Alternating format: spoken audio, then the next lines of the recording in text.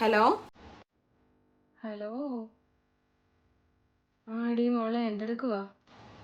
എന്തുവാമേ, വിളിച്ചു വെച്ചതല്ലേ ഉള്ളൂ. ആടി മോളെ, ഇവിടെ ഇപ്പൊ കണ്ണം വിളിച്ചു. അപ്പൊ ഞാൻ അതിന്റെ കാര്യം പറയാനായിട്ട് വിളിച്ചതാ. അവളെ അവൻ അങ്ങോട്ട് കൊണ്ടുപോവാണ്. ഇപ്പൊ വിളിച്ച് പറഞ്ഞതേ ഉള്ളു. അതിനെന്താ അമ്മേ, അവൻ കൊണ്ടുപോട്ടെ. നിങ്ങളുടെ ആഭ്യന്തര യുദ്ധകഥകളൊന്നും കേട്ട് ഇനി തൊട്ട് അവന് വിഷമിക്കേണ്ടി വരത്തില്ലല്ലോ. ഒരാൾ അവിടെ ഒരാൾ ഇവിടെ ആവത്തില്ലേ. നല്ല കാര്യല്ലേ. ഇവനിപ്പോ ഇത് എന്തോ ആവശ്യമുണ്ടാണോ എന്തോ, ആരെയും കണ്ടോണ്ടാവുന്ന അവളെ ഇപ്പൊ അങ്ങോട്ട് കൊണ്ടുപോകുന്നത്. ആവത്തുള്ള കാലത്ത് ഈ വീടും പരിസരവും നോക്കിയും ഈ അടുക്കളയിൽ കിടന്ന് മുടിഞ്ഞു എന്റെ നടുവും നട്ടലും ഒടിഞ്ഞു. അവന് വേണ്ടി കഷ്ടപ്പെട്ട് അവനെ പഠിപ്പിച്ച് അവനെ ഞാൻ ഒരാളാക്കി ഒരു ജോലിയാക്കി എല്ലാം ആക്കി കൊടുത്ത്.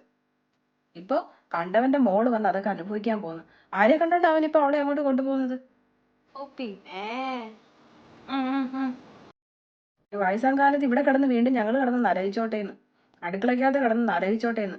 അവന്റെ അമ്മ പണ്ട് കൊണ്ടത് പോലെ തന്നെ പുകയും പൊടിയും എല്ലാം കൊണ്ട് നരയിച്ച് ജീവിക്കട്ടേന്ന്. സ്നേഹമില്ലാത്തവൻ.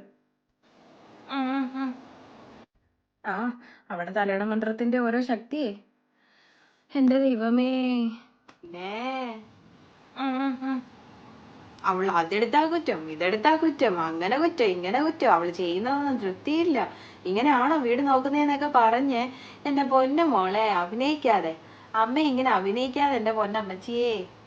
അമ്മയുടെ സ്വർഗരാജ്യത്തിലെ കട്ടറും അങ്ങ് പോയി കിട്ടുമല്ലേ അമ്മ, സന്തോഷിക്കതിനിപ്പം. ചേടാ, അവനിപ്പോ കൊണ്ടുപോട്ടെന്ന്, അതിനിപ്പോ അമ്മയ്ക്ക് എന്താ. അമ്മ ഇങ്ങനെ ഇതിന് ഇത്രയും വിഷമിക്കേണ്ട കാര്യം എന്തുവാ? എഴുപെണ്ണേ,